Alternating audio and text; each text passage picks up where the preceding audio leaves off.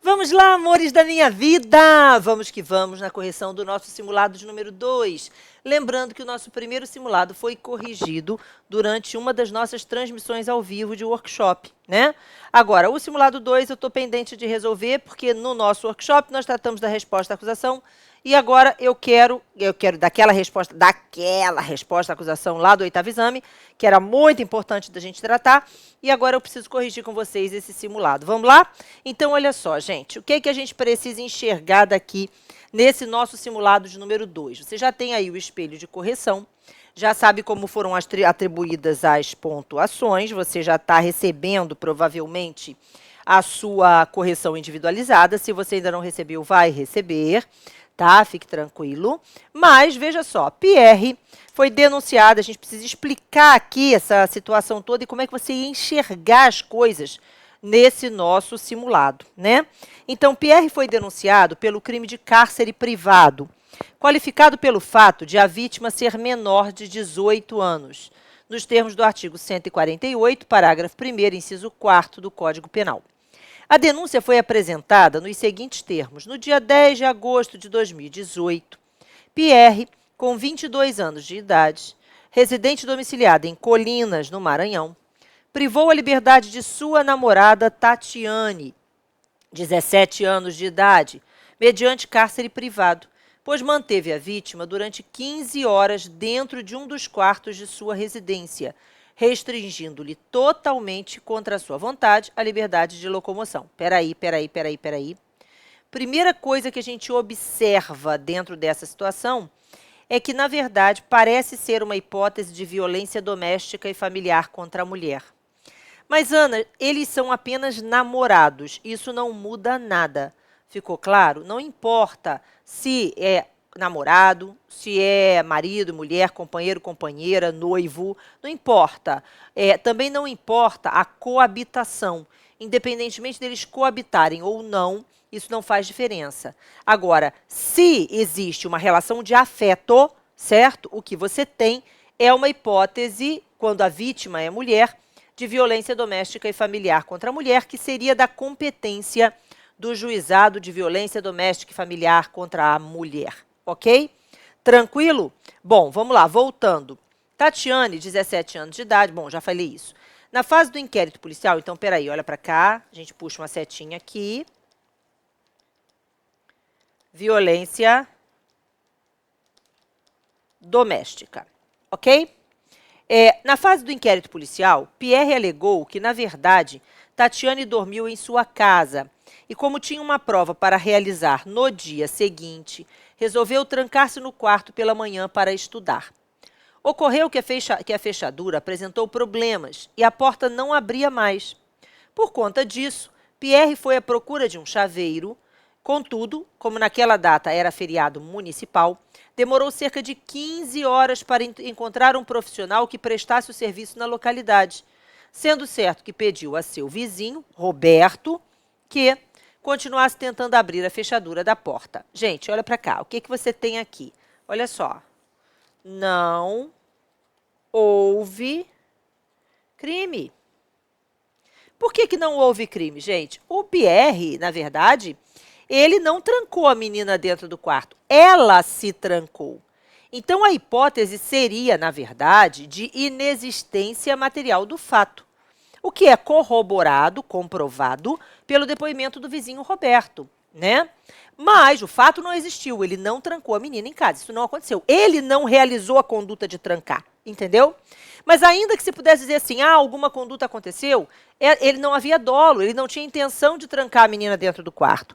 Então, o que você tem que sustentar é a atipicidade da conduta. Agora eu preciso que você preste atenção no seguinte: se nós estivéssemos nos memoriais, e nessa altura você provavelmente já assistiu às aulas de memoriais, se nós estivéssemos em memoriais, você poderia pedir a absolvição pela inexistência material do fato, ou, caso não entendesse o juiz, pela inexistência material do fato, porque não há prova da existência do fato, ou, no máximo, veja, a atipicidade da conduta. Mas Você poderia pedir isso, certo? Então, você teria ali 3 possibilidades. Inexistência do fato, não há prova da existência do fato e a atipicidade da conduta. Só que na resposta à acusação, que é o que a gente tem que fazer aqui nessa peça, veja, não existe a possibilidade de você pedir a absolvição porque o fato não existiu. Então, você vai incluir dentro da figura da atipicidade. Olha para cá, essa conduta aí não é crime, ok?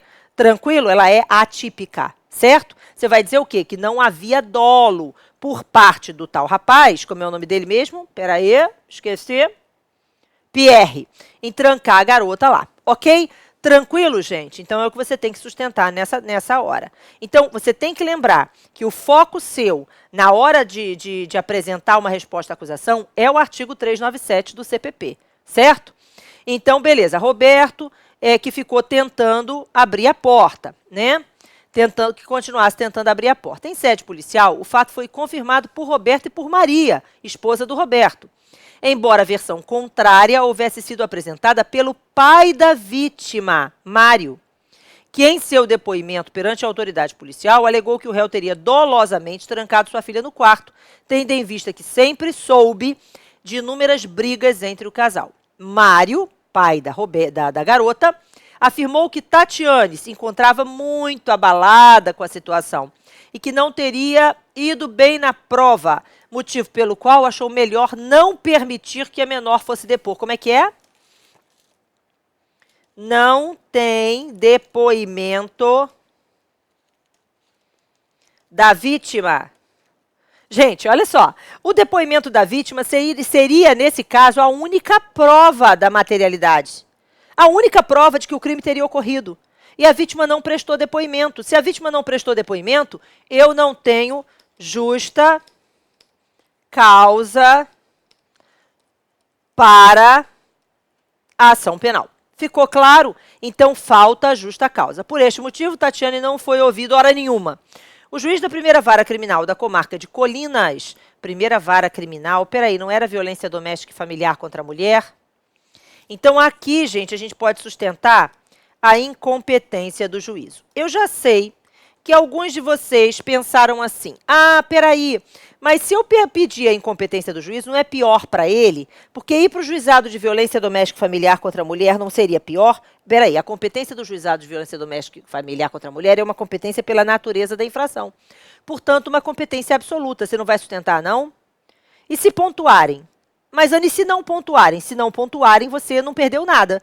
Mas se pontuarem, que você tem que dizer que é incompetente, porque, de fato, a competência seria da vara criminal? Não. A competência é do juizado de violência doméstica e familiar contra a mulher. Não é verdade? Então, tecnicamente, você tem que arguir a incompetência do juízo. Então, nós temos aqui uma segunda preliminar. Então, a primeira preliminar, nós temos falta de justa causa. A segunda preliminar, incompetência do juízo. Ok? Tranquilo? Ana, mas olha para cá. Se você vai sustentar que o fato não existiu, na verdade, ou que a conduta é atípica, eu também não posso sustentar que existe falta de interesse de agir? Pode. Ok? Tranquilo? E falta de possibilidade jurídica? Pode. Pode botar o 2 e o 3. Mas o principal aqui é a falta de justa causa. Certo? Então, voltando lá, fato este conhecido por todos daquela cidade, recebeu exordial acusatória e determinou a citação do réu, sendo o mandado de citação cumprido pelo oficial de justiça em 1/11 de 2019 e juntado aos autos em 6/11 de 2019. Olha só, gente, presta atenção que a questão colocou uma pegadinha, que é uma pegadinha parecida com a que apareceu na primeira fase do 29º. Veja, não nos interessa a data da juntada, essa data não importa. O que interessa é a efetiva citação. E repare que o último ato processual praticado nessa questão é, na verdade, a citação do acusado. Então, eu não tenho dúvida, o réu foi citado, ainda não houve colheita de provas durante o processo, então, a peça é uma resposta à acusação com fundamento no 396 e, principalmente, no 396-A. Ficou claro? Prazo, 10 dias. Contados de quando? Do dia 1º/11 de 2019, ok? Tranquilo, gente? E aí, veja, 1º/11 de 2019, a gente pode até fazer o calendário... não precisa. Dia 6/11 foi quarta. Então, dá para fazer o calendário e chegar à conclusão de que dia foi dia 1º. Então, peraí. Dia 6 foi quarta? O que, que a gente faz? Ó, segunda, terça, quarta, quinta, sexta, sábado, domingo. Dia 6 foi... Oh, Deus. Ai, ai. É horrível quando isso acontece, né? Dei para espirrar um bocado, né? Voltando. Então, olha só. Dia 6, certo? Então, 5, 4, 3, 2, 1. Olha só, dia 1º foi sexta-feira. Então, 1, 2, 3, 4, 5, 6. Tá certo. Dia 1º foi sexta. Então, como é que conta meu prazo? Dia 1º não conta, né? Dia 2 é sábado, dia 3 é domingo, não conta. Então, meu primeiro dia é dia 4. 4, 5, 6, 7, 8, 9, 10, 11, 12, 13, 14, 15, 16, vamos ver se já dá. 1, 2, 3, 4. Oh, meu Deus do céu, que 6 aqui, meu Deus do céu. Olha como a gente se enrola. 3, 4, 5, 6, 7, 8, 9. Dia 10 cai. Dia 13 de setembro, de novembro, tô maluca. 13 de novembro, uma quarta-feira. Ok, gente? E aí, o que a gente vai fazer? Ana, e se, por exemplo, fiquei com uma dúvida aqui. E se meu último dia tivesse caído dia 15 de novembro e a questão não dissesse que 15 de novembro era feriado? Gente, se a questão não disser que 15 de novembro é feriado, é obrigação sua saber que é feriado nacional. Me desculpe, mas se você não sabe que 15 de novembro é proclamação da República, meu Deus do céu, né? Pelo amor de Deus!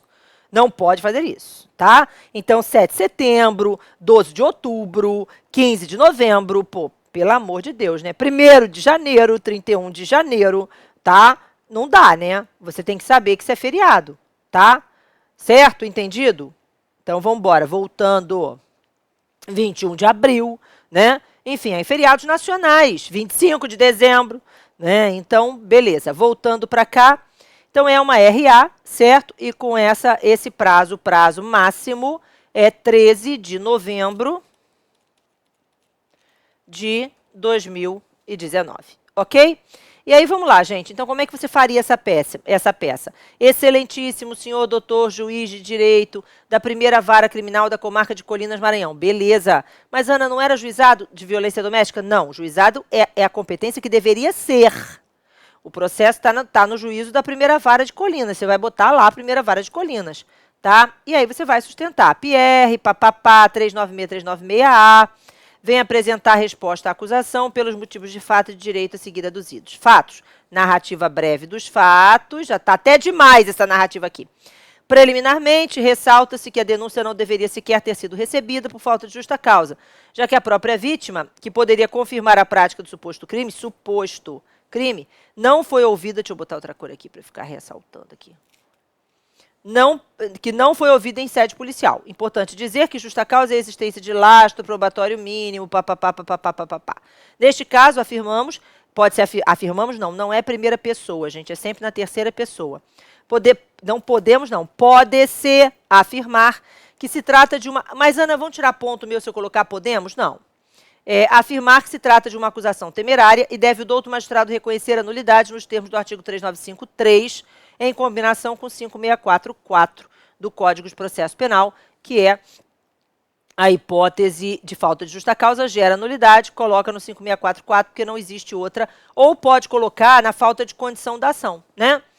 Ainda preliminarmente, argui o ora defendente o impedimento do magistrado. Gente, eu não vi isso aí, cadê? Na questão. O meu aqui, a questão tinha isso mesmo, viu? Cadê? Ah, tá aqui. Eu não li, pulei. De Colinas, companheiro da promotora. Então, aqui, gente, eu tenho um impedimento. Ele é companheiro que equipara casamento, né, da promotora de justiça. Então, ele não pode atuar no processo. É a hipótese de impedimento na forma do artigo 252, inciso, cadê? Ó,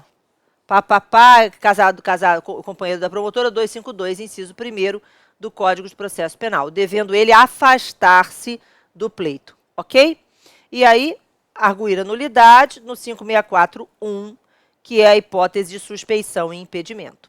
Além da evidente nulidade, acima indicada, verifica-se a incompetência desse juízo, haja vista que o ora defendente, acaso é junto, Evelyn, houvesse praticado algum crime o que de fato... Peraí. Acaso é assim, tá? Nesse caso, né? Houvesse praticado algum crime, o que de fato não ocorreu, a hipótese seria de competência do juizado de violência doméstica e familiar contra a mulher, motivo pelo qual requer o reconhecimento da incompetência desse juízo, com a consequente remessa dos autos ao juízo competente, sob pena de nulidade, nos termos do artigo 564, inciso 1 do Código de Processo Penal. De fato, embora não se vislumbre nenhum crime praticado pela conduta praticada pelo defendente, houvesse o mesmo ocorrido, se enquadraria no artigo 5º, 3º da Lei 11.340, que é a Lei Maria da Penha. No mérito, é de suma importância ressaltar que a conduta... Repare, gente, que você teria que colocar a incompetência do juízo e indicar por que que não é. Na verdade, você tem que indicar o artigo 5º, inciso 3º da Lei 11.340, tá? E a Lei Maria da Penha tem um artigo 33 que diz o seguinte, que enquanto não forem criadas os juizados de violência doméstica e familiar contra a mulher na comarca, a vara criminal será competente, mas só enquanto não tiver juizado de violência doméstica e familiar contra a mulher. A questão, Ana, não me trouxe isso de que não tinha, por isso mesmo que você tem que sustentar a incompetência, tá? Porque se a questão tivesse dito assim, comarca de juízo único, ok? Aí você já sabe, peraí, nessa comarca, aquele juízo é único, ele faz tudo, né? Aí tudo bem, é ele mesmo que é competente. Mas se a questão não me disse nada, eu parto da premissa de que naquela comarca foram criados os juizados de violência doméstica e familiar contra a mulher, conforme determina a Lei Maria da Penha. Ok? Tranquilo? Voltando para cá, no mérito. No mérito é de suma importância ressaltar que a conduta imputada ao defendente sequer existiu, vez que foi a própria Tatiane, indicada como vítima, que se trancou no quarto, né? E aí, vamos lá. Além disso, ainda que houvesse de alguma forma contribuído para o fato, não o teria feito dolosamente. E aí você vai sustentar a atipicidade da conduta. E aí vai formular o seu pedido, né? Seja declarada nulidade do processo desde o início, por falta de condição para o regular exercício do direito de ação, né? Devendo ser rejeitada a denúncia na forma do CIN 3953. Requer o afastamento do magistrado em face do seu impedimento e reconhecimento da nulidade do recebimento da denúncia na forma do 252, inciso 1, combinado com 5641. Nulidade por incompetência do juízo. E, finalmente, no mérito, você vai pedir a absolvição com fundamento no artigo 397, inciso 3º. Lembrando que resposta à acusação tem rol de testemunhas. O próprio artigo 396-A fala para você isso. No nosso exemplo, as testemunhas são Roberto e Maria. Ok? Entendido, gente? Fechado, beleza? Então, vista a peça, agora a gente passa para as questões no próximo bloco. Eu volto já já.